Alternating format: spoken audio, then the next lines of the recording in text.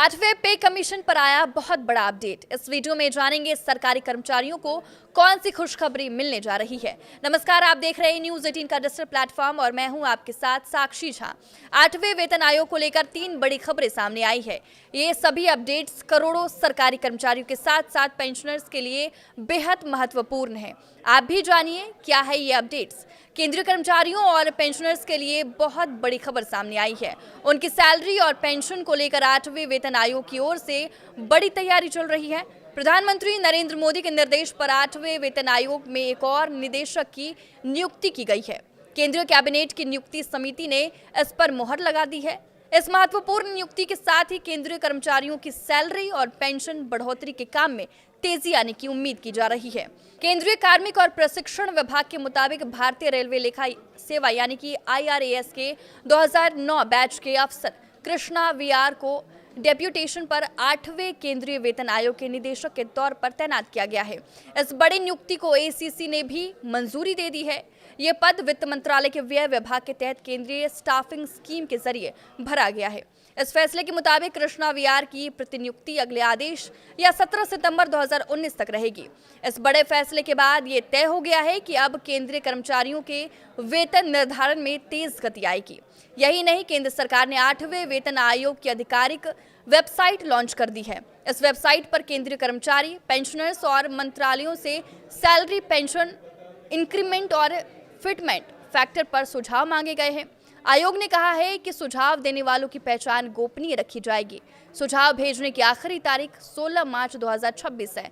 सुझाव भेजने के लिए आपको MyGov पोर्टल पर ऑनलाइन फॉर्म भरना होगा। आप MyGov की वेबसाइट पर दिए गए लिंक पर क्लिक करके 18 सवालों वाली प्रश्नावली में सुझाव दे सकते हैं। आयोग ने साफ कर दिया है कि सुझाव माई गवर्नमेंट यानी कि MyGov के जरिए ही दिए जा सकेंगे। ईमेल या किसी दूसरे जरिए से भेजी गई राय नहीं मानी जाएगी। 8वें वेतन आयोग को लेकर केंद्र सरकार ने संसद में बड़ा अपडेट दिया। वित्त राज्य मंत्री पंकज चौधरी ने संसद में आयोग को लेकर कई जरूरी जानकारियां दी। उन्होंने बताया कि आयोग के गठन की अधिसूचना 3 नवंबर 2025 को जारी हुई थी। आयोग को रिपोर्ट बनाने के लिए 1.5 साल का वक्त दिया गया है, यानी 8वें वेतन आयोग की सिफारिशें साल 2027 तक सामने आ सकती है, जबकि कर्मचारियों को 1 जनवरी 2026 से एरियर जोड़कर दिया जा सकता है।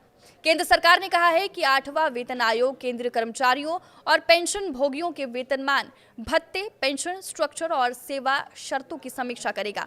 पर केंद्र सरकार ने इन सिफारिशों को लागू करने के लिए रोड मैप जारी नहीं किया है। वेतन आयोग की सिफारिशों को लेकर अक्सर कई तरह की शिकायतें सामने आती है। कहा जाता है कि वेतन आयोग की सिफारिशें जमीनी हकीकत से दूर होती है, पर इस बार केंद्र सरकार ने इस शिकायत को दूर करते हुए 8वें वेतन आयोग की आधिकारिक वेबसाइट लॉन्च कर दी है और केंद्रीय कर्मचारियों के साथ साथ पेंशनर्स से लेकर सभी विभागीय मंत्रालयों से भी सीधे सुझाव मांग लिए।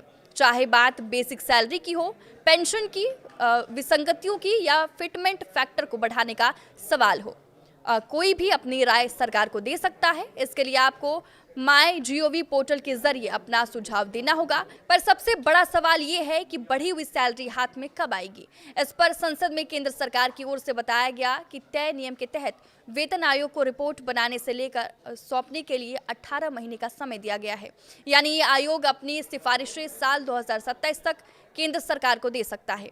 इसके बाद ही बढ़ा हुआ वेतन और पेंशन कर्मचारियों और पेंशन भोगियों तक पहुंचेगा। फिलहाल इस खबर में बस इतना ही। आप देखते रहिए न्यूज़ 18।